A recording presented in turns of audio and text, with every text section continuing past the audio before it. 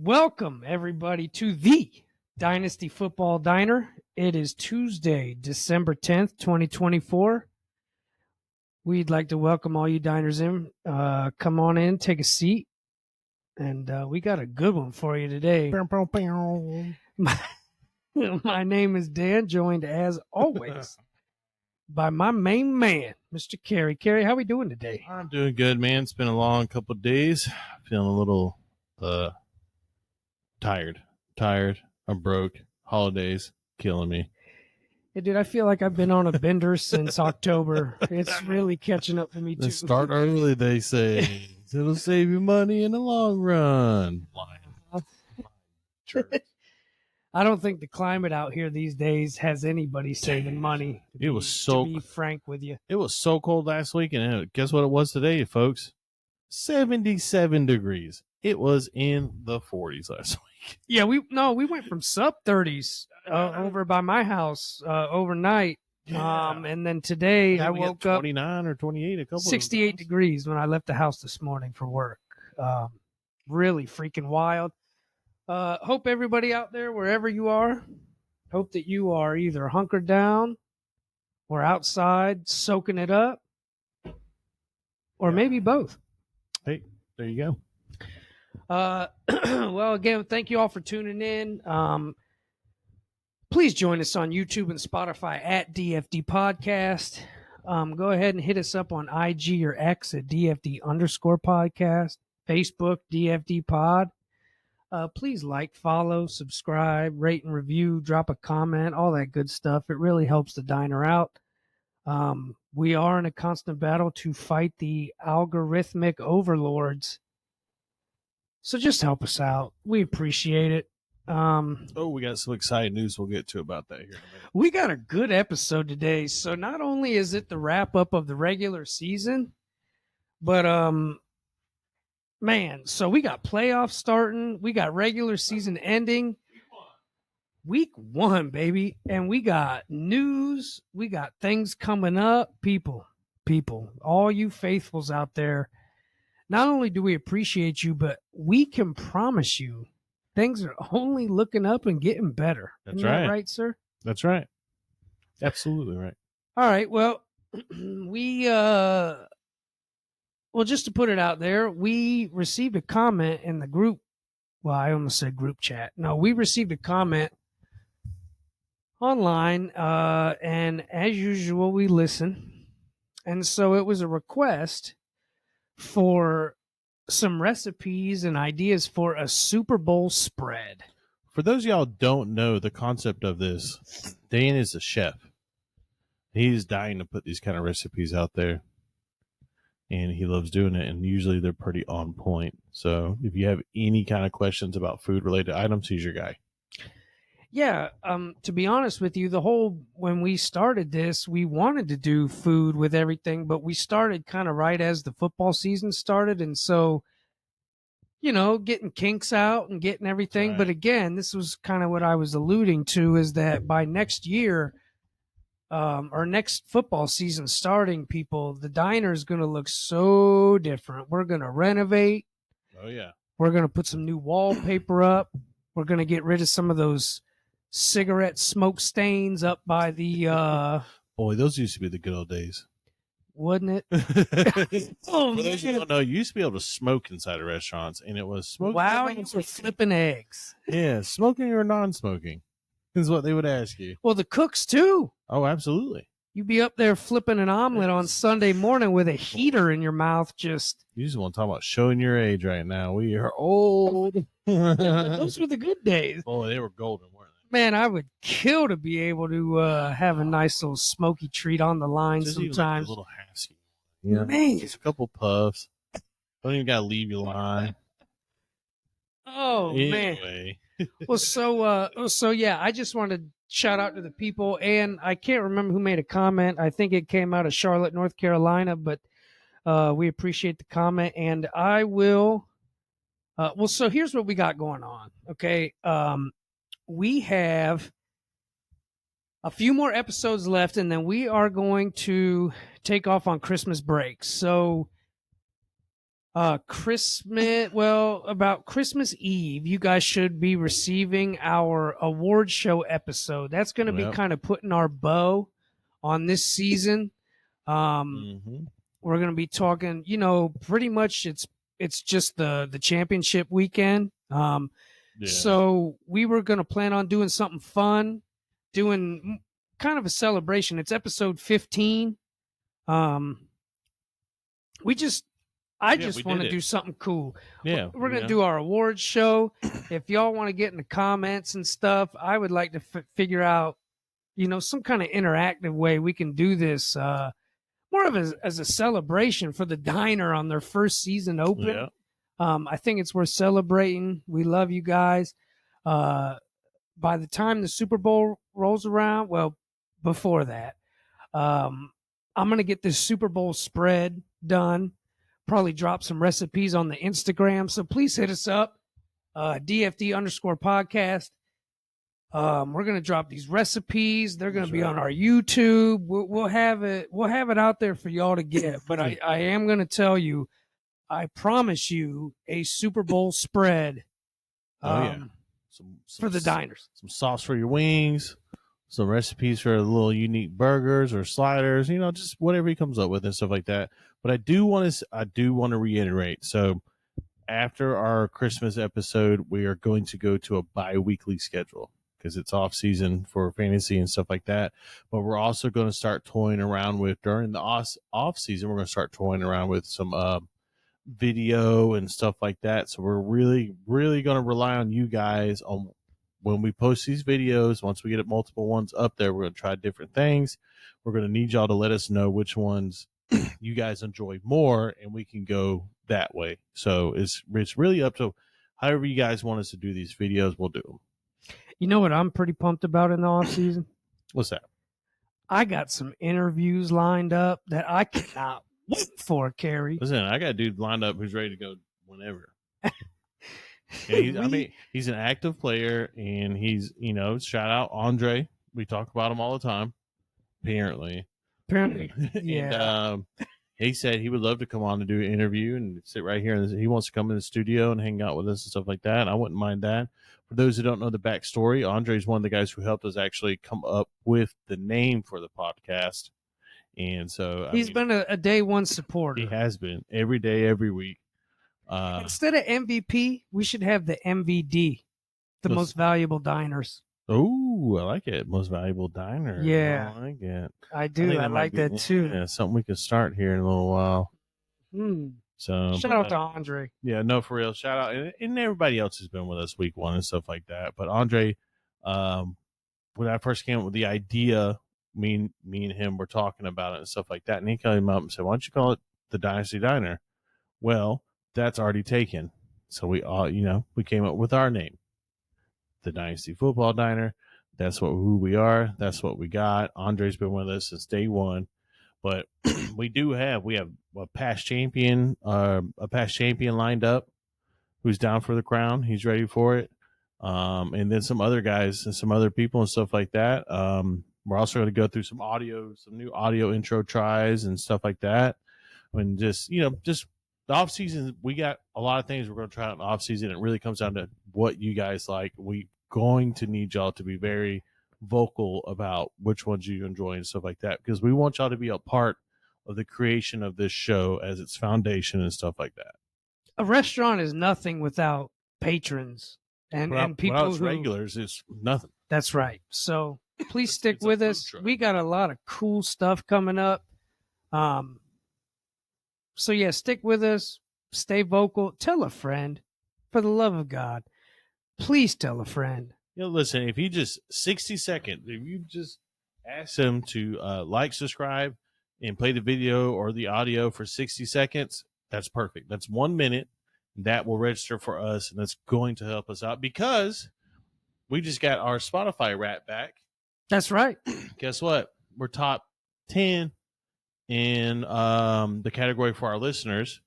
And then there's a couple categories below that where we place top 5 and drum roll, Dan. Number 1. We are number 1 podcast for an amount that I will not say on the air. 0.5 over under. I'll Point- take the over. I'll take the over on that one. Yes, sir. Yes, it is. So we are number one, number 1, number 5, number 10. So Basically, we're just saying this to say this. no, we're saying because We love you guys. Stick with us. We are proud. We put a lot of work into this, and I'm just very grateful and thankful that you guys are sticking with us and just kind of taking Absolutely. this journey with us, because And if- without any listeners, we would just be basically doing what we've done for the last 25 years of existence, where it's just me and you talking to each other. Yeah, in the kitchen, thinking about, hey, we should start a podcast and That's how much right. we talk about this. So thank which you. was apparently my wife's idea. And yeah, so here we are. So be on the lookout, guys. We appreciate you. We got a good episode for y'all today. We're going to get into the weekend recap as we always do. And then I want to talk about, well, of course, you're going to get your diner recap because, boy, we got a doozy that happened this week. Boy, My we'll God. get to it in a second. I call it a power play. A bit of a power play. So we got an update with that. A little Cooper Rush drama. We'll get into all that. I also want to get into talking to Carrie just about, I'm calling it journey talk.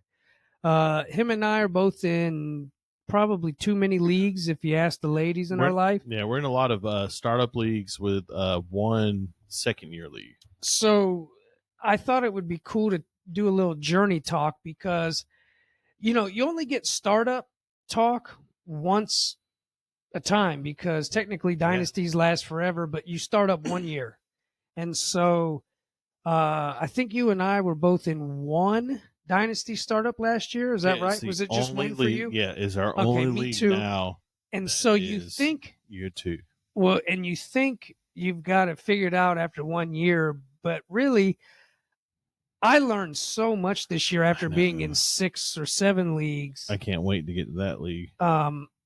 So yeah, I just wanted to, you and I both had different journeys this year through our Absolutely. teams. And so I figured the diners would appreciate, you know, if we just kind of put a little bow on the regular season this year as we heading into playoffs about Because different it's journeys. playoffs week, baby. Playoffs. So just, you know, some people probably are already through their first week of playoffs. Hold on now. Hold on. You're jumping the gun. I'm now. just saying, I mean, but no, you're ringing the bell. You're ringing the bell to get checked out when all I'm doing is taking someone else's order. Just I'm just saying some people hold on, my already man. I ordered. was just letting the diners know what else we got in store for them. I'll make Well, it okay. quick. We got our toast report, and it's a juicy one. It's a sad one. It is. We're going to take a little inventory. Got a fun little story for everybody. News story, relevant. And I guess whatever other shenanigans we get into. Now, without further ado, before I'm interrupted again, Carrie, Sorry. It was take it away. It was the relevant. What about taking away here? Weekend recap? Well, no, you were in the middle of a thought about. Oh, I was just saying that in some leagues, you know, have already started their playoffs.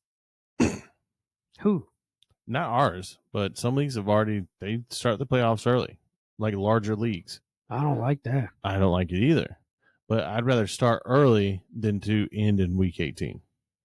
100%. 1,000%. Because week 18, if your league is ending in week 18, that's cheeks. Bro, it's kind of brutal, right? Especially It's this terrible. year because there was by Mageddon week 14. So, like, if you start your playoffs a week before, you have 7 teams on bye. And if you play week I'm 18, just saying, dude, some people you do have that. 7 teams resting their players. That's terrible. It is bad because we played in a league. We played in a redraft league. The first league I ever played with Dan here, we played in a redraft league, and it went to week 18. And a lot of people complained because you have these star-studded players that are going to either not play at all or maybe on a limited snap count. It was terrible. It was really bad. Like the guy who won it, he won it fair and square. But he also had players that were on teams that were still pushing for playoff spots. So that worked out very well in his favor. Right. Now, his opponent, on the other hand, had players that were on teams that were locked in, and they did not play very well because they hardly played at all. It was So, terrible. Week 17, in my opinion, is the best week to end your fantasy league on. It should be championship week. Should be good to go.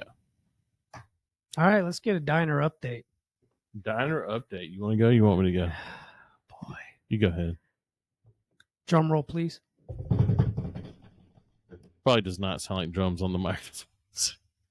Yeah, it probably just sounds like distorted mess on the microphone. Probably. But you know what? Listen, That's what it this is an episode of celebration. We made it through the regular season. We both have teams in the playoffs. That's right. We will get to that in a minute. But let's talk about, matter of fact, let's make a toast. Let's pour some shots up for the Dynasty freaking Diner Oh, boy. fantasy You know what I'm football talking about. team, y'all. 1,000 IQ move, baby. We listen. What makes it so awesome is that, and you know, for those of you faithfuls out here, the MVDs, dude, that kind of sounds like an STD. Does I'd rather MVD call them regulars, but fine? MVD though kind of rolls off the tongue. Mauna. Yeah, all right, we're gonna workshop this. yeah, you know, Anyways, just all you say what faithful- you think. all you faithfuls out here, you guys have been following along the diner as our first season open, and we've been making trade. We've been active for about 4 weeks now, and Right. you guys have walked with us every step of the way. That's right. And For those of you who don't know, when I got invited to this league. Okay, this it's just a PPR league. I got invited to this league, and I hit Dan up and I said, "Hey Dan, do you want to co-manage this league with me?" Because it was my 7th league. He was like, "Absolutely." And we talked to the commissioner, and everything was great and fine. So that's when we were talking about starting the podcast. So we decided, hey, we'll make this league exclusively the league we talk about on our podcast. And that's where it started off. We co-managed, we drafted together, we did a lot of stuff, and we've been hand in hand all the dude, way through. listen, yeah, our draft team was really strong. It didn't look good when you looked at the names, but it was strong. And I think we've done really well with our team.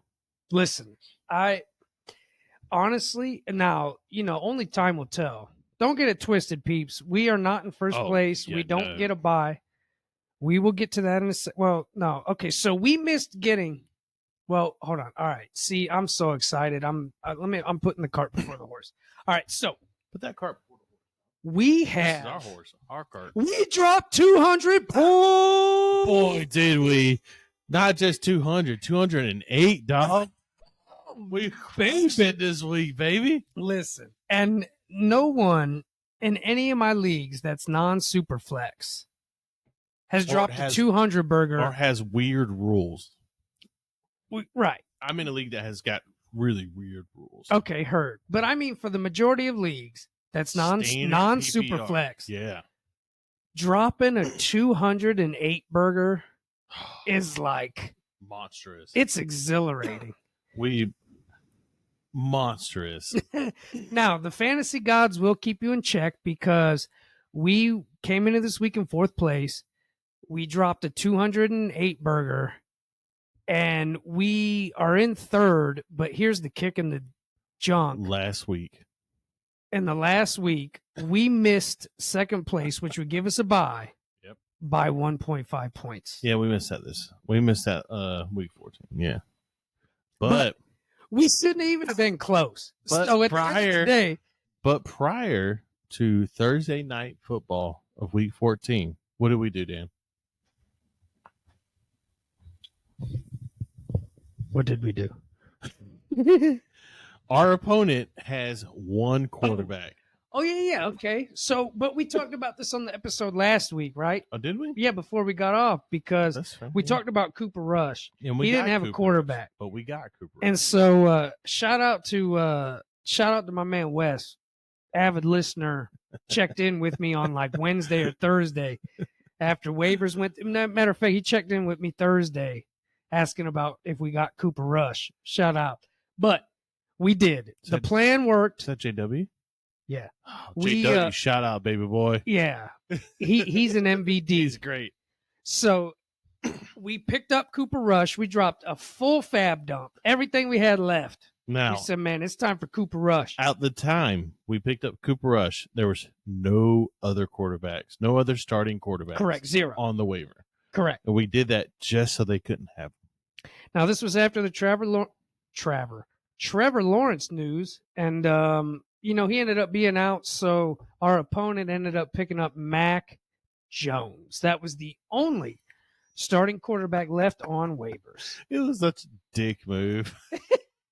But hey, man, it's fantasy football, It's dog. week 14, dude. Got to get the playoff spot. I mean, not everybody can drop 208. God, boy, we crushed it. Like, I'm not even joking, dude. We were so those who know in Sleeper, you get a weekly report. We were number one in points scored by 33. By 33 points, dude. It was pretty epic. It was amazing. And so Mac Jones ended up with a 7.1. Yeah, unfortunately, his only quarterback is Jaden Daniels. Cooper Rush ended up with a 14.8. So it just goes to show you, like, these moves that you can do. It wouldn't have mattered this week anyway, because. But it could matter. But if we had like a normal week where we didn't get a ceiling score out of everybody, that extra 7 or 8 points by picking up Cooper Rush, even though we didn't start him, every point and counts. leaving him with Mac Jones, like, those 7 points, man, that comes down to it. I'm going to get into some scenarios later where 7 points was freaking crucial. That dude, 7 points to beat the Kansas City Chiefs.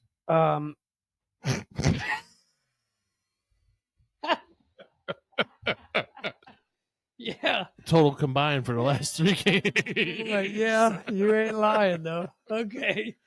Sorry. Oh, that's a good point. Listen, ladies and gentlemen, we're having a good time. That's right. What we do This at the is the time. celebration, peeps. It's the end of the regular season. The playoffs have begun. It's the holiday time.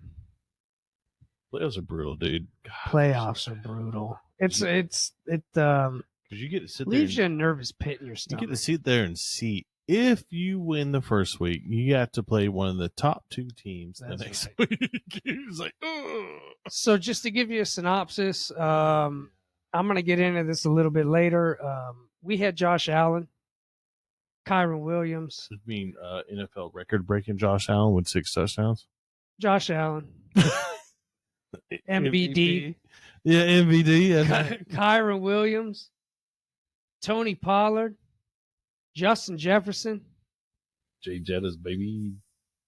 David Njoku, Cooper Kupp, Brian Thomas, back from the dead, Drake London, Calvin Ridley. I mean, people, this was an epic. Now, I will tell you, I wish we could have spread some of this like massive scoring across our playoff run. It does make me nervous to kind of have your highest score of the whole season in the last week when you didn't really need it going into the playoffs. I wish we could drop another 200 burger, but it's probably not going to happen. Listen, dude.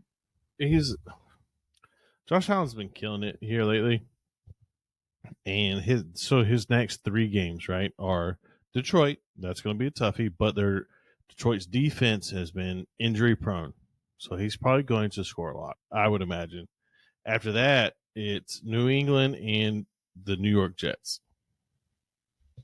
Juicy. I love it.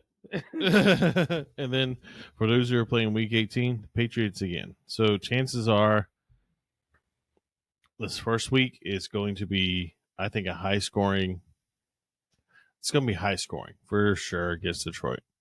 And then after that, it's going to be easy. I think it's going to be a little more laxed where he gets these rushing touchdowns and stuff like that. But anyway, continue what you're saying. Well, my last thing about this Cooper Rush pickup, It was a power move. it was a power move, and like for you said, it was a D move. I will say It was. to take a little bit of the D off the D move. we had Aiden O'Connell as our third string quarterback, and he got hurt. So technically, we were just picking up our replacement for our No. third string quarterback. Absolutely We not. were just a week early. No, I refuse for it to go out like that. We picked up Cooper Rush just so our opponent couldn't have him. Don't try to twist it any other way. This is fantasy football, and when it comes to playoff time, it's no holds bar. Okay, Just it saying in is case a he was listening, hardcore, just trying to soften. a hardcore TLC match. Right, that's tables, ladders, and chair. Anything goes. All Yeah. right, this is a strategy, and do not be Mr. Nice Guy when it comes to this. Mankind reference? Mankind, hey, he got choke Wasn't slam. he Mr. Nice Guy with the sock? No, Yeah, that was Mankind. Mick Foley. I think that was just a mental His problem. book was called Mr. Nice Guy. Could have been. I bought his book. Yeah, it could absolutely have been. But what I'm saying is being nice in fantasy football doesn't get you anywhere. That's right. I mean, it technically wouldn't change the outcome of the situation, but it's ensuring the fact that he doesn't have a good starting quarterback. Cooper Rush, he doesn't have a decent starting quarterback because Cooper Rush airs it out. There's no doubt about it. He throws 50 passes a game. But it was a power move. We talked about it. We dropped this guy we picked up, and we didn't really lose anything for picking up the guarantee. That's right. And we were one for okay, so listen. We were 100 and probably more than 150 points away from second place. And we ended up with 1.5 points away. So you know what? Like these moves, We're getting the bye week, in case you guys are wondering. What right, to get the bye. Sorry. But these moves, they all matter, peeps. And I'll we're gonna have plenty more examples as we plow through this episode. Man, dude, I feel like we've been going at it for a minute. It's only been like 20. Yeah. All right, so yeah, we'll call it that. Anyway, moving on. Weekend recap. I went 3-3. You went 4-3. I did. How about you go first? Because when I start, I got some things. I think I was up like 14 points or something like that going into Monday Night Football. You said up 14? I was up 14. Mm-hmm. Okay. My opponent had Jamar Chase. I'm like, okay, cool. Brutal. So it was 15 points something. I was like, all right, cool. I was like, I just don't need Joe Burrow to be MVP running Joe Burrow and throw it so many times to Jamar Chase where he gets 46 points. But he did that anyway. And CeeDee Lamb got me 20 points, 20-something points, which was great. I'm not complaining about it at all. So I lost to the number 3 person by 10 points. 10 points. And the reason why I lost by 10 points was because, and this is an issue I've been having all year. Okay. I started DK Metcalf, who got me 8.9 points. Okay. And you expect a lot more from DK than 8.9. But for whatever reason, I was thinking, okay, this is the game. He gets a touchdown, he goes off, he gets 20 points. It's not wrong. Had I gone the other direction, which was Darnell Mooney, who had 20 points, that would have won me the week. That would have won me the bye week. But I didn't because I had faith in DK. And it's one of those things where he doesn't look right. Who, DK or DK Metcalf you're talking about? Yeah. He just doesn't look right. Something's going on. I think he's playing through injuries that are like not they're not holding him out, but I think he's playing through injuries. No, and plus his body doesn't look right. He looks like he's dealing with something. Yeah, something's going on, and JSN's ascending right now and stuff like that, which is fine. But it still is DK Metcalf, and I was really expecting this. I thought this was going to be a touchdown game for him, and had it been a touchdown game for him, depending on how far the touchdown was, I possibly could have won. But I didn't. Darnell Mooney has been kind of falling off a little bit because of Kirk Cousins, stuff like that. But then Darnell Mooney went out there and had a stellar game. So he did have a good game. It's one of those things when you have too much talent on your team, you don't know who to start. Yeah, that is a real issue. Okay, I didn't expect Darnell Mooney. Serious issue. Yeah, I didn't expect Darnell Mooney to be ranked what he is. Do you know what Darnell Mooney is ranked right now in this league? for the week. No, just ranked Oh, overall. for season. Overall, I would guess like 16. he is exactly 16. Woo. But he was before this month. The last 4 games, Kirk Cousins hasn't thrown a single touchdown. He's thrown 8 interceptions. Before that, he was the number 6 wide receiver on the league on the season. Yeah. Can you believe that? Darnell Mooney, number 6 wide receiver on the season.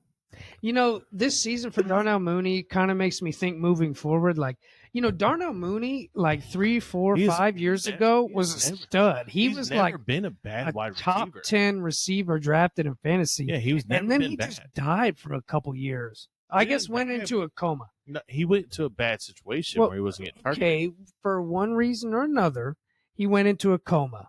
And all of a sudden this year, he woke up with that sharp breath as if you were asleep for 3 years. And the man has just been rejuvenated. Mm-hmm. Good for him. Love what to he see can it. do with a semi-quality targets. Right. Love that. Good for him. Now, the fantasy gods giveth and the fantasy gods taketh. In our OG league, This is a cruel mistress. oh boy. In our OG league, I had discussed last week on the episode. You talking about It was a win and I'm in. 2 years in. I'm about to get into the most hurtful thing of my whole week. Is this the second year in? We're talking The here? OG league, yeah. It was winning them in. It was all just right spelled out for me. And just like the Diners scored 209 awesome freaking points, Goodness. I went against Josh Allen. And on top of that, he had the Khalil Shakur stack too. So between 2 players, that was a wholesome 74 fantasy points between 2 people. It really was. If you played against Josh Allen, you didn't win. No, it really hurt you was that Jalen Reed. I thank you for ruining the element of surprise. I was trying to build Okay, yeah. a I'm little sorry. crescendo. You're trying to build up on the fact that you still would have lost. Yeah. So basically, the Thursday night conundrum, it was the highest point total of the week for a game. And I decided, you know, there was injury news. It was Malik Neighbors with the quad Oh, or God. groin or whatever. Marvin Harrison's up and down. And I thought, okay, well, you know what? Week 14 is about taking chances, right? And so basically, I have clawed and scratched my way into playoff contention. And I was like, you know what? Forget it. I'm going to go all in. I made this decision at like 7 p.m. And I'm not even mad because I became at peace with my decision before the game, knowing that this really might happen.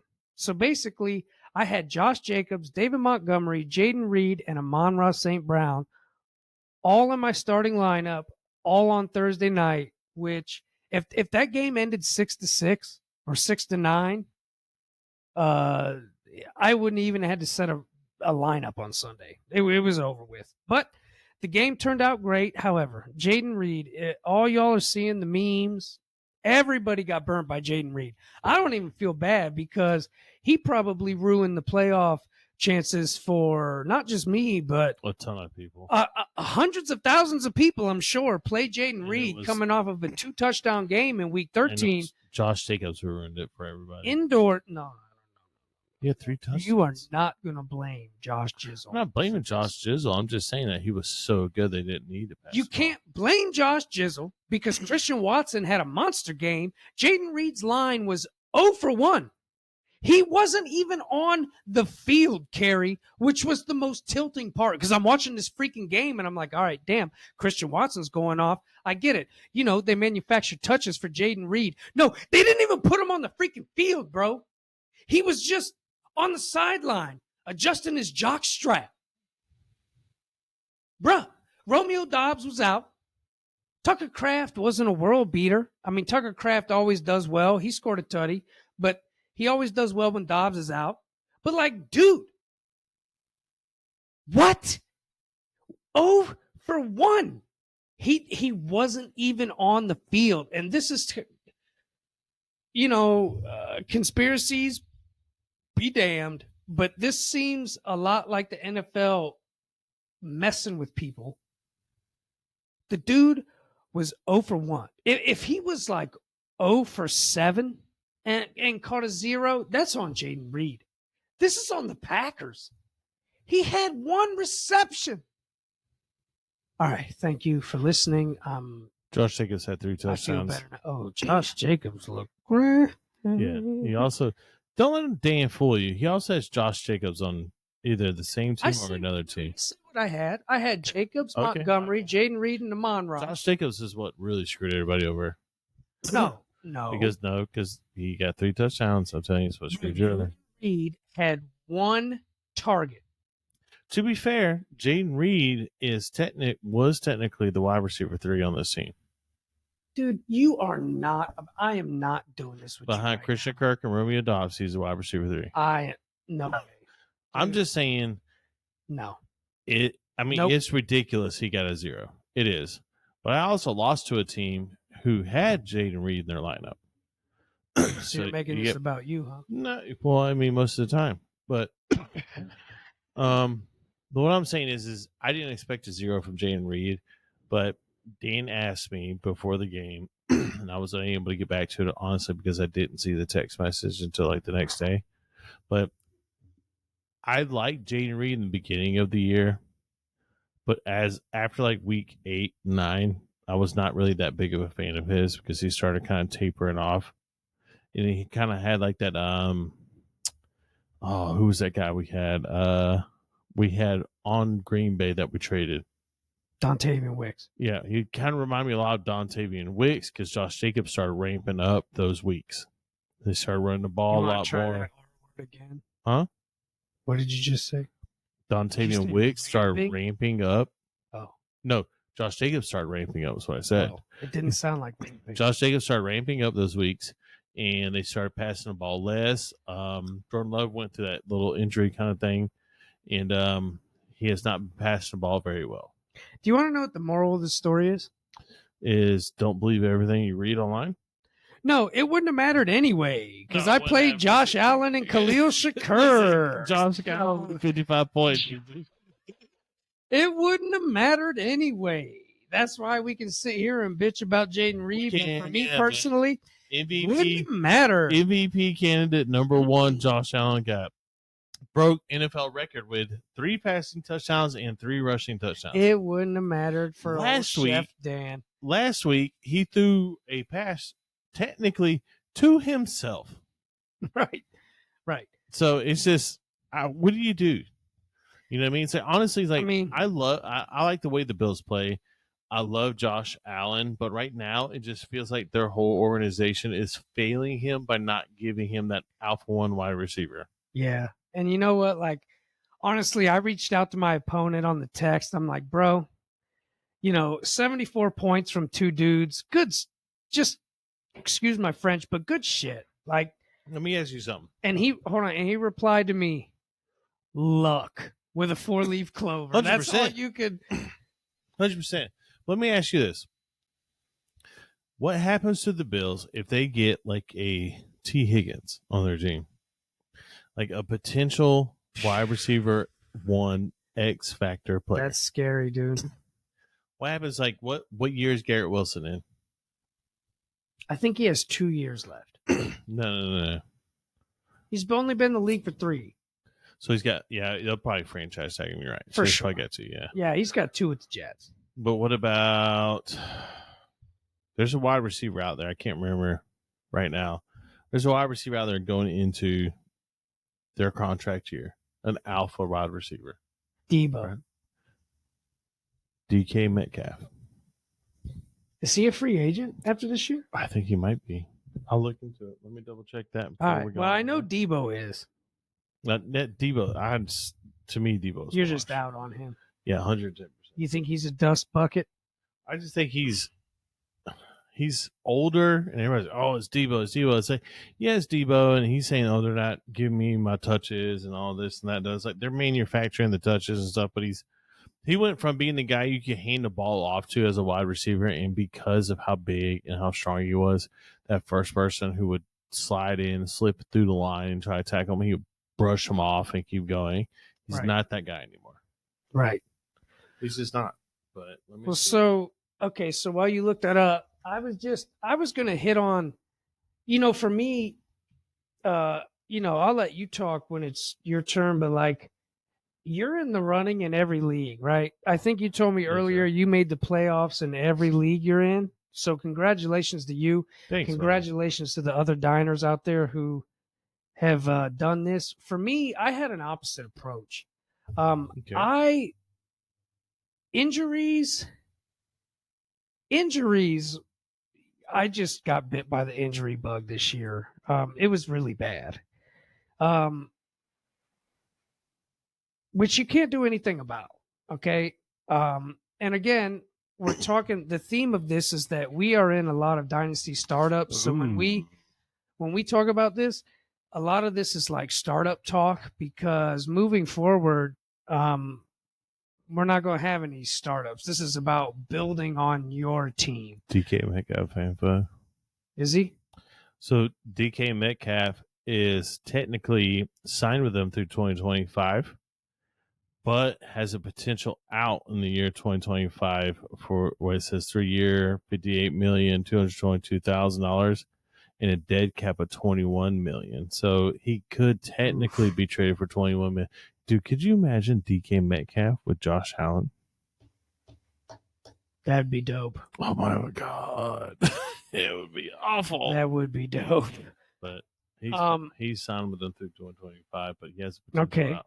2025, good update. No, he has it with 2026, but he has a potential out in 2025. Right. Anyway. Well, so what I was getting at was that injuries were crucial. They're terrible. And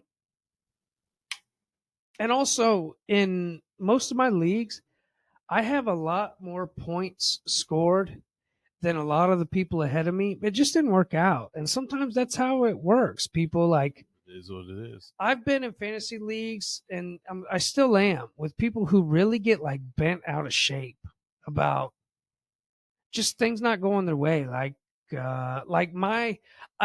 technically, if I was that guy, I would be in full tilt about me missing the playoffs in the OG league, but like I can't be, because I'm just happy for the people who do it. Like at the end of the day, this is a game. We love it. We live and breathe this, but every year is different. Like, you know what I mean? Like, for example, Malik Neighbors drafted so early. Had he not been drafted to the Giants, and he actually went to, I don't know, the Bengals, wouldn't you be having a different kind of mindset about Malik Neighbors? That was just an example, hypothetical, but here's a good example. If Marvin Harrison Jr. didn't get drafted to the Arizona Cardinals, it's a perfect example. And he got drafted to the Chargers instead of Ladd McConkey. Hello. Yeah, he'd be killing it. I promise you. Absolutely. Our bet would probably, Dan's bet would be completely different. He would probably be, the rookie wide receiver one. Like, honestly, in all be fairness. a top 10 wide receiver. Well, period. true, out of the league, no matter what year. You're right. That's a good point. So, like, that's one of these things where you and I, after we're done kind of giving the synopsis, I was going to get into some theory, you and I just back and forth about, strategy changes and overall things learned. That would be one of mine, is that I think that the landing spot matters more than I ever gave it enough credit for. I'm trying to tell you. And stop it. You are not about to sit here and act like the fantasy whisperer. No, I'm not. You're having a great year. But what did I tell you about Marvin Harrison Jr.? No, you're using one player. I'm talking in general. I just mean like these are general notes that the diners might be able to relate to, that I think if, like, over this week, situation matters. Situation matters a lot. And I think Not just situation, but the players surrounding that situation. correct. And that goes down to the offensive coordinators and the defensive coordinators. That's kind of building on what I was talking about. Something I've learned this year is that from here on out, I'm paying way more attention to the front office moves, or not more than the players, but just as much. I will be so dialed in to front office moves and team management just as much as the players moving around, because I think it's crucial. 100%. It is crucial. But, yeah, I mean, you got to look at these are rookies. You know what I mean? We're talking about rookie players right now, and it's just they're going to make mistakes. All right. A lot of people are very high on CJ Stroud from last year. It's like you go back and look at his last year's stats, they're not that great. You look at them this year, they're really not that good. But it's just they're rookies, man. And you just But also, what changed from last year too is that the Houston offensive line not change. present. Not He present. sacked like 4 times as much as last year. 100%. And so these little things can really affect your fantasy team. Yeah. Pete. Then you get people like Caleb Williams comes in, the 1-1. Everybody's, he's going to do so great this night. It's like the Bears loaded talent around him. It's like, yeah, they gave him a bunch of good wide receivers and stuff like that. It's like, but you know what they didn't do? Dan, do you know what they didn't do? Keep their offensive line healthy. Address the offensive line. Yeah. And the people in the scrubs that they did have were hurt. So now you're struggling bad. Real struggle. Yeah, I mean, he gets you Yeah. fantasy points here and there, but it's just it's ridiculous. You don't know when it's going to happen. Sounds like you're coming around on Caleb. I'm not at all. 100% All not. right, just throw Don't it care out. about I was Caleb. just putting a finger in the I water and understand. seeing the pulse. Caleb Williams still trash to me. So Alrighty. So the other thing, like as far as startup goes, like you know what, I will say, like my strategy, and unapologetically, my strategy is to go young, and I'm kind of willing to forfeit the first year for a dynasty because I feel like it's part of the process. Carey's going for the win in every league. I respect that. I respect that. Listen, ladies and gentlemen, my rebuttal to that comment is Dan in our OG league beginning this year. I'm all in. I'm all in this year. I'm going all in this year. And I did. he did. And he spent his rookie draft picks picking people and this and that, and he did not make the playoffs because he gave up known talent for rookie prospects. No. The year before, yes. No. This year, you had so many first-round draft picks, so many second-round draft picks because you gave up in like week 4 or 5 of last year. And Right. you traded up and you made some good trades. Now, I'm not saying that his team's not going to be good eventually, but his motto was, I'm going all in this year, this and that, and it just some rookies don't pan out. Well, no, I'm glad you brought that up because you're right. I was all in this year. As I've been thinking about this, my problem was, now part of it is because, some people, some trade partners, everybody decides when they're in and out at a different time. But when I found a couple trade partners who decided they were out and they were willing to trade, I went all in. He did. I picked up David Montgomery, Travis Kelce.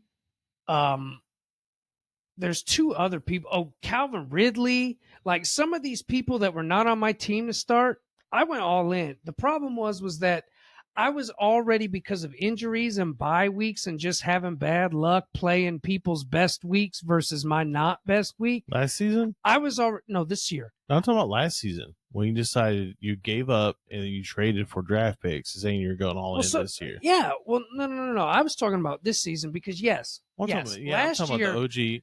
Dan traded away a lot of his good players in like weeks 4 and 5. Yeah, for draft picks. Then you trade those players away, and those players got good halfway through the season. Okay, sure.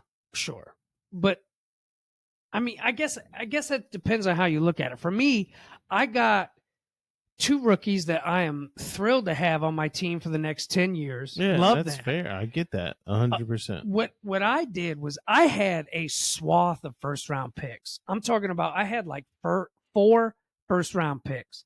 And what I did was I took those first round picks and parlayed them into older guys that I wanted for my playoff What are you run. talking about? You got Devon Achane and My first round picks went for, like, it wasn't just first round picks, but it was you trade David one of his- Montgomery, trade one of his first round picks Calvin for Ridley. Devon Achane in a third, and got Marvin Harrison and Malik Neighbors.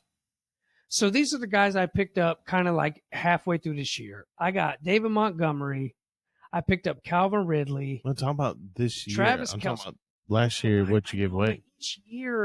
Each year has its own, like, yes, last year I decided to go all young. I learned after last year it doesn't always translate. These rookies aren't going to come in and just be Justin Jefferson every year. And, like, you know what? Yes, I had a whole different strategy last year. I went completely young. This year, with 5 more teams added, I decided to try to be more balanced, where it's young with the old. Because I got on the Dan's ass about you're getting nothing but young, unestablished players. And it kind of worked out. I had Jordan Addison. Well, it doesn't matter. This year, a lot of these first round picks, like, I parlayed it into Montgomery, Ridley, Kelce, and those were my 3 big ones. The others don't really matter. But so basically, that was what I wanted to do to add to my team to make this run.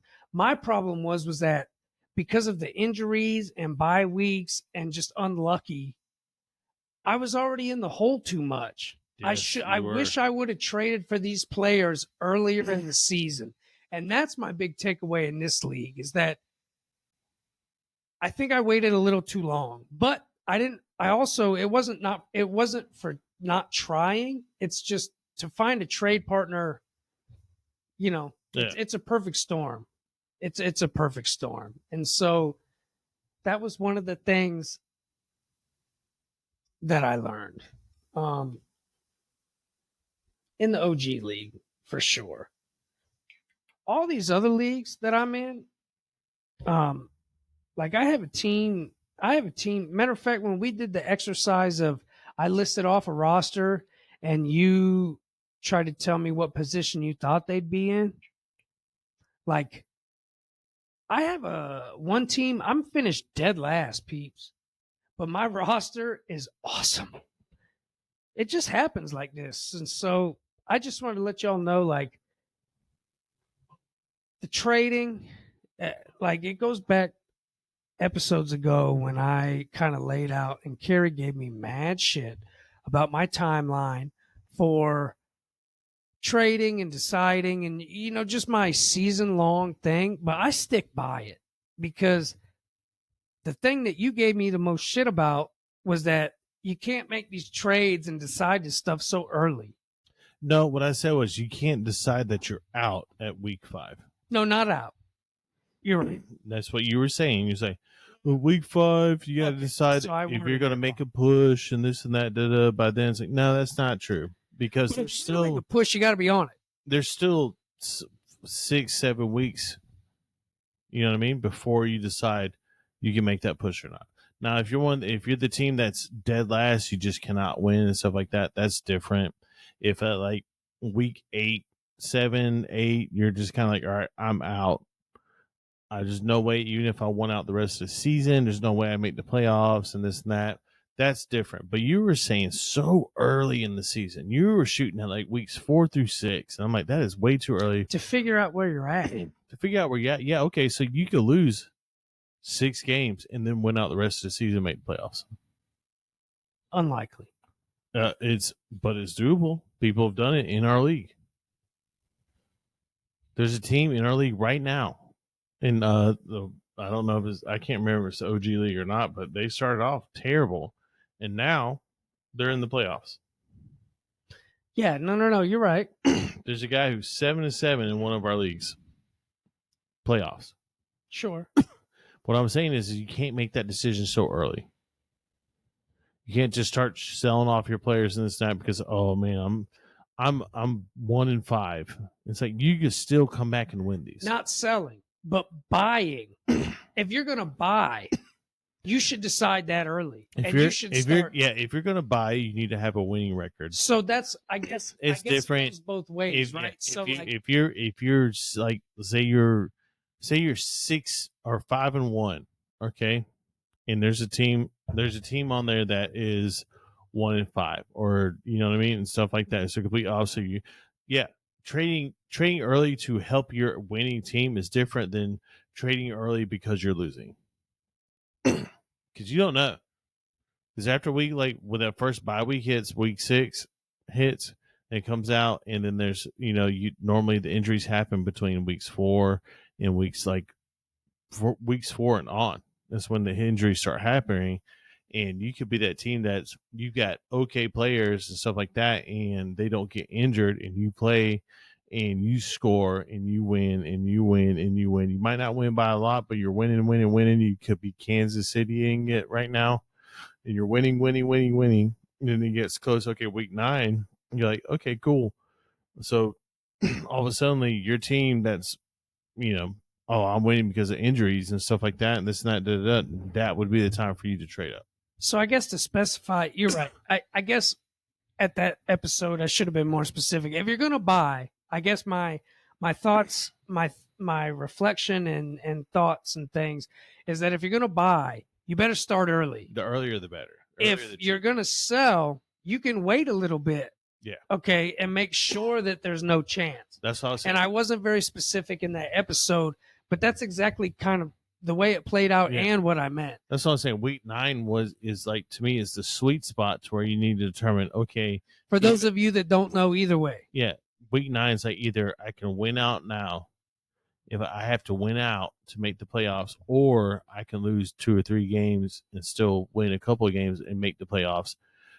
That's when you decide, do I pay up for better players from worse teams, or do I sell up for my better players to better teams?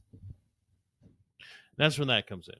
But anyway, why don't you go ahead and give your strategy and your things learned from your season? Since so I took a whole different approach to this year. I didn't make a single trade till week 9. And that was my strategy. I drafted, I played all my teams, I played all my players week 9. And that was my strategy.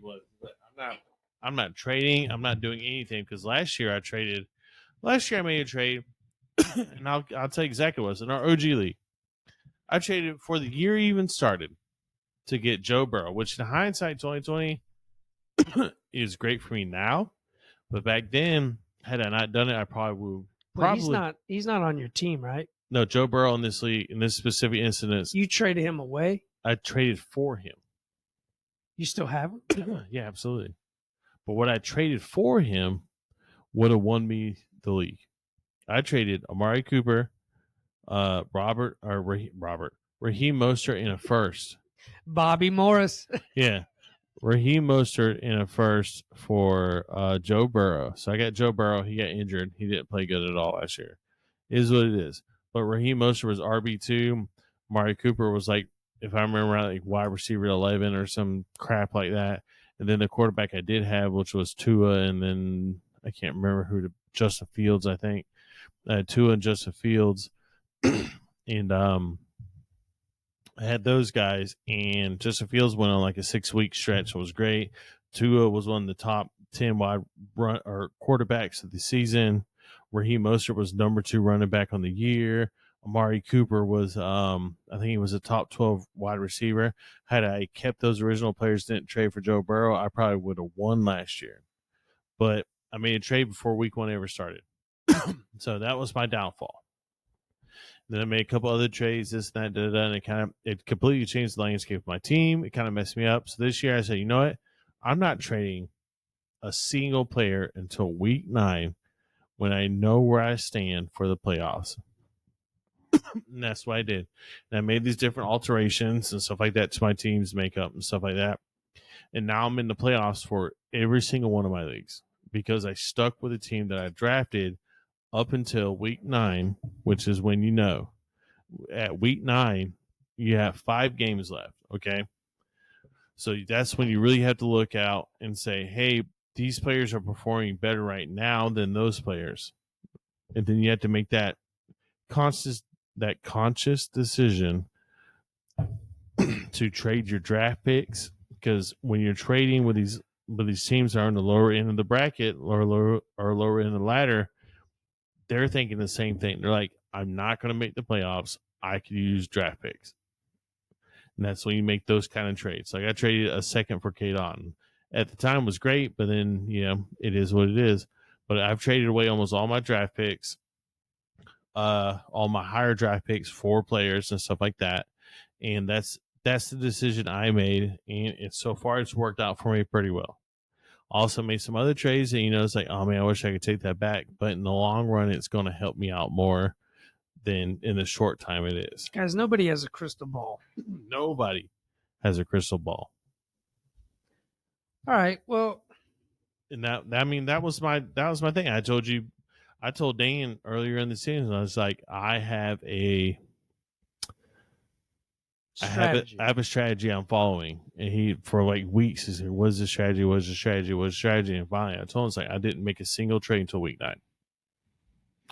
And he was like, what's that got to do with anything? It's like, it's the fact that my team I drafted got me here. So, and then like, a couple of lucky waiver wire pickups and stuff like that helped me out. But listen, nobody's going to, even in real life, nobody's going to win without luck. Okay. 100%. And just as much, or just as many teams that have luck, there's just as many teams that have bad luck. And that's what's kind of great about fantasy playoffs. Yeah, like, it is what it is. Even the footballers talk about, every time you go into a season, you're thinking, oh man, no one's going to beat me. Yeah. And then week 1, you get a torn ACL and you're like, oh. I'll tell you, one of the footballers has a monster of a team. If he read it off to you on paper right now, you'd be like, how's this guy not undefeated? And you go back and look, it's like injury, down week. And you cannot predict these things. All you can do is statistically look and say, okay, this player is statistically meant to get this amount. Now, whether that happens or not, that's right. It's up in the air. Like for me this year, like I got points for bigger than most people in front of me, but it doesn't matter. There's no excuses. Yeah. It is what it is. Like Marvin Harrison Jr. was supposed to do super good, and he should have done super well. The only issue is his quarterback's Kyler Murray. Wah, wah. I'm just saying, like, and this is what I told Dan when he talked about Marvin Harrison. I know Dan was kind of riding him pretty hard because he's Ohio State, and he is the prototypical X wide receiver, but he's a rookie going to play for a quarterback whose offensive line isn't good and a quarterback who doesn't usually pass a lot. Now, for the record, it wasn't just because Ohio State. I mean, I am an Ohio State guy, but like, dude, it was because I really thought the Cardinals were going to be the team this year to like really make a run in the NFC. And I really believed that. It wasn't just because of Marvin. I really thought. But I also believed it based on their. No. Based on James Conner. Because I told you to say, what happens if Kyler Murray doesn't perform well or if he gets injured? Right, but you're making this about the player. What I'm saying is I thought the team, like I had the Cardinals winning the division. I had the Cardinals like making a run. I didn't have that at all. I did. And I was wrong about that. But, these are the things like, after I watched them fold in their 7-0 start like 3 years ago, it was just like, nah. But I can't look at things from 3 years ago. When I'm making projections for the whole next year. I understand, but they have a lot of the same team they had 3 years ago. And that was the issue. I mean, but Kyler Murray, I guess what I was banking on, if we're talking the Cardinals real quick, is that Kyler Murray was so hurt last year. And then when he came back, it took 6 weeks to it took 6 weeks to come back. And toward the end of the season, they looked great. And so, I just figured they were going to continue to build on that. But what I'm realizing this year is that Kyler Murray might not be that guy. Moving on. It's just a toast report. We're going to get you guys a toast report because it is playoff week. So let's talk about some injuries, and then we're going to wrap this bad boy up, and we're going to move on to bigger and better playoff things. So you ready? Okay. Well, Golly, boy, excuse me. you good? All right. I hope so. Heard? Toast report. Hold on. Excuse me. Hold on. All right. Let me start with the toast report, right? Because the toast report is your segment, but I have two things to get to first. One, shout out to Jonathan Brooks. I feel so terrible for this guy. I also feel so terrible for the other fantasy managers like me who spent their first freaking rookie draft pick on Jonathan Brooks. This is so unlucky. It's the same knee. He wasn't. I just feel terrible. I'm really scared. You can't even move this guy right now. He's a 110% hold because nobody's going to take him. But he was the number one rated receiver. He was the first pick in the second round to go. First, yeah. Well, no, I think Carolina had the first pick in the second round. He was the first pick in the second round. Rated running back. Right. First pick in the second round. First rated running back. Went to Carolina. They needed a workhorse. This guy tears his ACL in the same knee.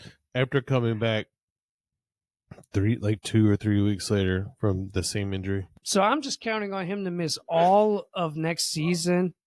It's just a terrible situation. Now, with that, Chuba, Dan still has a Chuba. Yes, it is. So Chuba got the contract extension, and now, people, I will go on the record saying my best preseason pickup, there's only a few that I did this in every league. One of them was Isaiah Likely. Meh. The other, Chuba Hubbard. I went after him in every league. And I'm telling you, I mean, nobody can foresee an injury like this. It's terrible. I feel real bad for this young man. But the Chuba pickup, and this isn't to say Carolina's probably not going to pick up a running back in the offseason because they will. But, man, Chuba, Dan will forever have a Chuba. Did he break 1,000 yards for the first time in his career this year? Love that. Good for him. Anyway, moving on. Hold on. This is my turn. Okay. I was letting you get your shit together. This is just a quick little note. So I saw this from courtesy of Fantasy Football Advice on the IG. One guy has been active the whole season in our league. He's 2-11. We already told him we're kicking him next season. Today he spent his $100 of fab on Garendo. And all he's done is effed over all the many playoff seeking teams in the process. Shout out to this homeboy. You know what? Even if you've been inactive all season, that's not a shout out for that.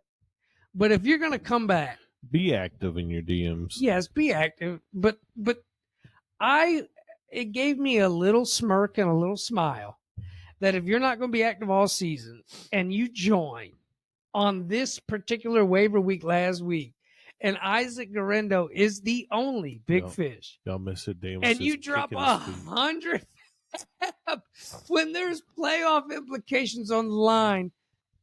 It's 50-50. It's a dick move, but it's kind of a gangster move. Listen, dude, if you got the fab, spend it. Shout out to him. Inactive all year until Garendo at playoff week. Like, it seems kind of calculated. Yeah. I think he's gone this year. Anyway, moving on to the Toast Report. Hold on. I got one more, and then it's all you. Toast Report. Speaking of toast, Joe Burrow, Home broken into during Monday night's game. Okay, these stories happen. Here's the real toast of it. I didn't realize this is a bigger thing, people. The homes of Chiefs stars Patrick Mahomes and Travis Kelce were broken into in October. In the NBA, the Bucks for Bobby Portis broken into November 2nd. Timberwolves Mike Conley, September 15th. According to the news, let's see, they said that transnational South American theft groups are reportedly well-organized, sophisticated rings that incorporate advanced techniques and technologies, including pre-surveillance, drones, and signal jamming devices. So, your home might be toast. Stay alert out there, people. Take it away, Kerry. Okay. That seemed like toast. When your homes are getting broken into, like, you're toast. Well, I mean, it is what it is. You're at the game. Steelers head coach Mike Tomlin said Tuesday that there's only an, quote, outside chance, end quote, wide receiver George Pickens with a hamstring injury plays against the Eagles this weekend. Quote, it's a little bit more significant than what we imagined. Tomlin added Pickens' injury that jives with a report from Pittsburgh Post-Gazette on Monday that had Pickens likely to miss weekend 15. That's going to be trouble. Yeah, reportedly dealing with a grade 2 hamstring strain. Pickens shouldn't even be considered a lock for week 16. I'm not sure what a grade 2 means, but that doesn't not sound good.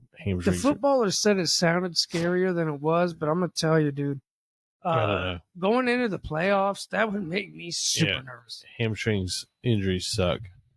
The Raiders place running back Zamir White with a quad injury on IR that ends his 2024 season with 183 rushing yards on 2.8 yards per carry across 8 games. That's not a lot of games, but that's a ton of rushing yards. Not really. White should have been dumped from redraft rosters weeks ago, and drop him. He's not good. Who? Zamir White. Oh, he's done. Yeah. We'll see if running back Alexander Madison is ready to return from his ankle injury this week. But we are expecting the Raiders to stick with Sincere McCormick as their lead back. Pick him up, people. If he's on your waivers, grab him. If you're in the hunt, grab him. Because this is one of those situations where, that's a nobody. Nobodies win championships. Amon-Ra St. Brown was a nobody until he wasn't. In a 4 to 5 game stretch through the playoffs of fantasy football. That was the year we played, and he was on the waiver wires until someone picked him up and played him and won the championship with him. That's right.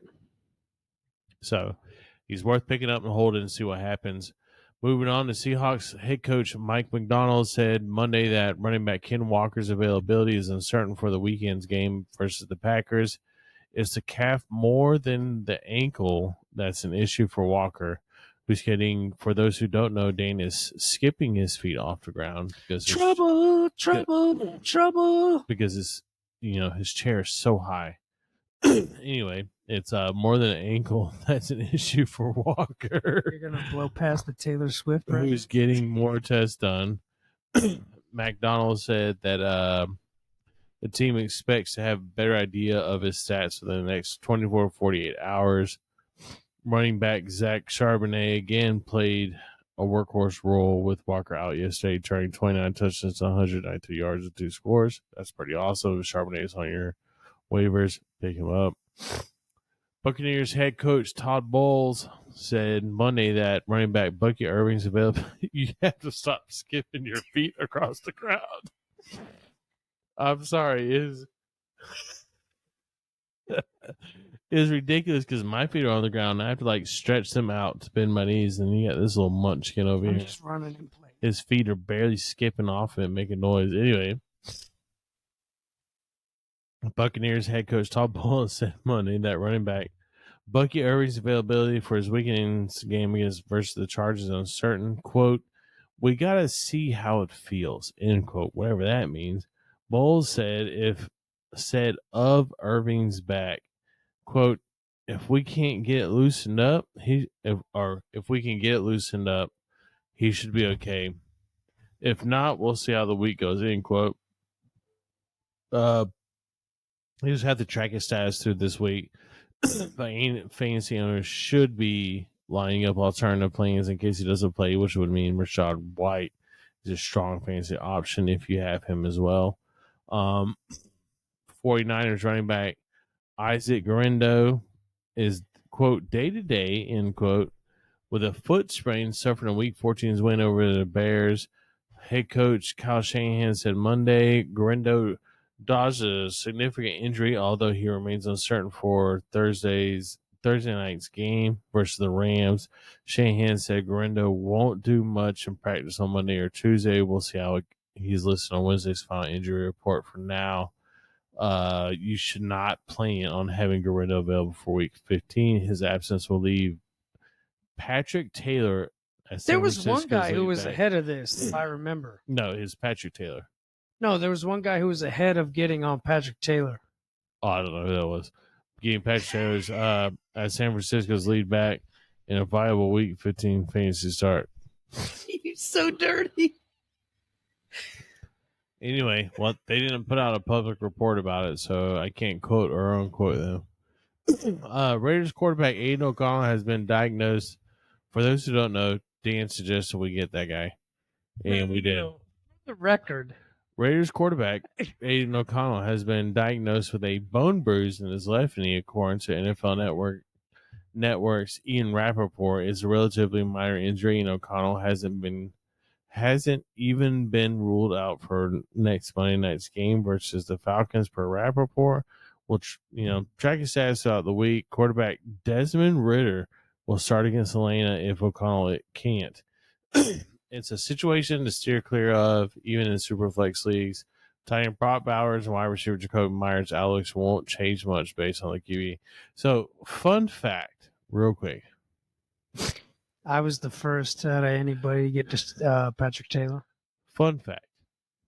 Okay. The Falcons play against Desmond Ridder, correct? Ooh, revenge game. Yeah. And if you have to stop doing that, Dan. Okay. Y'all don't see what's going on. Dan's kicking his feet in the air while he's sitting in the chair. And it's hilarious to me because I can't do that. You know how tall my chair would have, you know how ridiculously tall my chair would have to be? For those who don't know, I'm 6'1". Dan, not so much. And 5'7" is nothing to scoff at. As he kicks his feet in the air like a child. Anyway, so the Falcons there's a chance the Falcons could play Desmond Ridder, right? And then when the Buccaneers come around, if I think it's the Buccaneers, who is it? Who has Marcus Mariota as their backup quarterback? I should know this, but hopefully nobody. Oh, he's there. There's a chance that the Falcons could play against Desmond Ridder and Marcus Mariota. There's also a chance that the Falcons could lose against Desmond Ridder and Marcus Mariota. Because Kirk Cousins can't throw can't throw a damn touchdown to save his life right now. Gosh darn. The gosh darn. He is an entire month, 4 weeks. You know what his touchdown interception ratio is, Dan? Take a guess. Just guess. 6 and 9. 6 touchdowns and 9 interceptions. Is that what you're saying? No. I was just trying to, kitchen people always try to use 6 and 9 together. I understand. I mean, you should be using 8 and 6, you pervert. But go ahead. No, make an educated guess right now. Kirk Oh, Cousins touchdown to interception. How many touchdowns, how many interceptions he's thrown in the last 4 weeks? 0 tutties, 8 picks. That's exactly correct. Mm. That's exactly right. So there's a chance that the Falcons play against him and suck. There's also a chance that the Falcons start Michael Penix. We'll see. Anyway, moving on. Panthers running back. Oh, yep. Jonathan Brooks suffered another tear to his right ACL and Sunday's loss to the Eagles.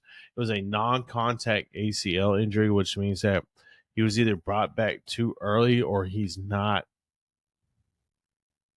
like physically built for what he was doing. Just a little side note on that. Moving he on. might never be. No, He might never be the same. he might not. But for me, Javonte Williams, who I was all in on, have him across so many leagues. You were so hard on him. I was so hard on Javonte Williams. He'll get like the first 2 or 3 runs and then be like, okay, he sucks, and move on to the next Yeah, person. Javonte, I'm just so scared that Jonathan Brooks is going to be another Javonte issue. Dude, Javonte had a great stellar year when he was blown up, and then that blow to his ACL and MCL double whammy damage kind of screwed him over. Moving on, the Chargers tight end. This is a devastating hit, and everybody should be sad about this that's been listening to this podcast. Chargers tight end Will Dissly suffered a shoulder injury at the end of the first half of Sunday night's game versus the Chiefs. He didn't play in the second half, finishing with 2 catches for 19 yards. Stone Smart, that's his name, took over as Los Angeles lead tight end over the final 30 minutes, catching all 3 of his targets for guess how many yards? How many yards? 10. 3 catches by Stone Smart. 10 is your answer. No, I saw him on waiver pickups, ranked higher than I've ever seen somebody I've never heard of. So I'm going to guess 42. 54 yards. Oof. Big Will Dissly, big country, is gone. Chargers running back. Here's a very interesting one I didn't tell you about. For those who don't know, before we start the show, we usually go over a bunch of things and chit chat about, things we'll talk about and stuff like that. In the Toast Report, I tend not to tell him anything because it's the one thing I get to do and not tell me anything is live reaction. All right. Okay. Soft Toast Report. Dun, dun, dun, dun. Chargers running back J.K. Dobbins with a knee told the NBC broadcast crew that he expects to be back when first eligible in week 17. Week 17. Dobbins didn't need surgery for his knee injury and said the Chargers were playing it safe by placing him on the IR. About time he didn't need a surgery. It sounds like he might be ready for a significant workload in his first game back. We'll continue to track his status, but Dobbins could at least be a running back 3 or flex option in a plus matchup against the Patriots in Week 17. You know how devastating it would be to go up and you clear, you don't get your bye week, you clear all the playoffs, and then you go into Week 17, championship week, to play against the guy you traded away. Yeah, that'd be brutal. And then him go completely nuclear. Yeah, it's almost as brutal as all these people picking up Braylon Allen this week, and then Isaiah Davis is taking over. Why'd you say it out loud, man? I was going to try to pick him up when no one was listening. Yeah, jerk. Also, yeah, pick up Isaiah Davis. Apparently he is. So Isaiah Davis and Braylon Allen split. They're almost completely 50-50, but the difference is that Isaiah Davis caught a lot more passes, or a few more passes than Braylon Allen did, and that's not for nothing something to pay attention to. Moving on, the Saints believe at quarterback Derek Carr fractured his left hand on Sunday's win over the Giants. According to NFL Network's Ian Rappaport, that's Carr's non-throwing hand, but the injury still figures to cost him some time. If not, the rest of the season, we'll look for time for Carr's return. he was replaced by quarterback Jake Hayner versus New York. He's probably the favorite over QB Spencer Rattler to start against the Commanders next week. The situation's particular. There was an update to his article. Don't play any of them. There's an update to his article following that. The team has confirmed a, quote, significant, end quote, fracture of the left hand, according to NFL Network's Ian Rappaport. Cars expected to miss, quote, several weeks, end quote, which could obviously mean the end of the season, which basically is just saying they're not in the playoff run. They're not in any run to make any stats or nothing like that. So it's Derek Carr's offhand that's hurt. He's probably just done for the season. I also heard, too, that he has an injury clause in his contract where if he gets injured, he has like $30 million owed to him. Yep, that's exactly what's going on. If he gets placed on IR, I believe, I think that's how it goes. But that being said, ladies and gentlemen, if I can tell you anything right now, if Kendre Miller is on your waivers, pick him up for the simple fact that the New Orleans Saints are out. They could win out the rest of the season and not make the playoffs. Kendre Miller, which means that means Alvin Kamara is going to see significantly less snaps and targets because of Derek Carr's out, which would mean Kendre Miller will see a lot more because he is running back too, and they have to play somebody in that position, which would kill it. And this is a potential chance to get a league-winning running back that no one's paid attention to. Shout out to you for paying attention to Kendre Miller on the waivers last week, but there was only one person who outbid you. Was it you? Hey. I mean, he says, yeah. He's like, I outbid you. He's like, two on him. I don't even think I had any fab to put on. I think I was completely out. Yeah, I crushed you in fab. See, I didn't have any. All right, come on. The toast is stinky. That's it. Oh, that's it? I finished this toast report. Ladies and gentlemen, listen, no, in all seriousness, if Kendre Miller is on your waiver wires, go get him. Go get him because there's a strong chance that the New Orleans Saints season is over, but they have to play somebody, and a person they're going to play is Kendre Miller over, what is his name? Alvin Kamara. They're going to play him over there just to preserve Alvin Kamara. That's 100% my take on it, and I feel like that's, So just a last-minute redemption or a clarification, I should say. Is it for you, like, when normally in your normal conversation throughout the day, is it New Orleans, or New Orleans? New Orleans. Okay. Oh, sorry, NOLA. We'll go with that. All right. I was just checking because I wasn't sure if you were trying to play a trick on me or if you were changing it up to like make the toast report. But you do a little bit more down home or what? You know what I meant. I did. That's why I asked. I just needed the clarification because I've known you for a long time and I've never heard you say that. So I just wanted to check. Diners, listen. Speaking of never wanting to check, I want you to go find a friend. Christmas is coming up. We got holiday gatherings. Everybody's going to ask what you're doing. You're going to be like, yeah, I'm like balls deep in this fantasy football stuff. And they're going to be like, oh, well, how do you keep up with all of it? I want y'all to tell them YouTube and Spotify at DFD Podcast. Give it a listen, like, subscribe. Tell mama to rate, review. Tell grandma to drop a comment. Even if she's like, who's Drew Brees? Let's get it. Drop it in the comment. Like, let's get this thing going. We got a lot of cool stuff planned moving forward. IG and X at DFD_podcast. Facebook, DFD Pod. Please help the diner out. We love you guys. The regular season wrapped up. This was a celebration for us. We're going to get through these playoffs. We got 2 more episodes left before holiday break. And really a milestone, which we owe all to you. Yes, sir. The listeners. So we got some cool stuff planned. Please hang with us. We love you guys. Kerry, is there anything you want to put on before I wrap this up? No, that's it for me. Thank you guys for stopping by. Listen, how much wood could a woodchuck chuck if a woodchuck could chuck wood? As much as you paid him for. These are the questions you need to ask yourself as a dynasty football manager, because the stuff's crazy. I hope you all figured something out today.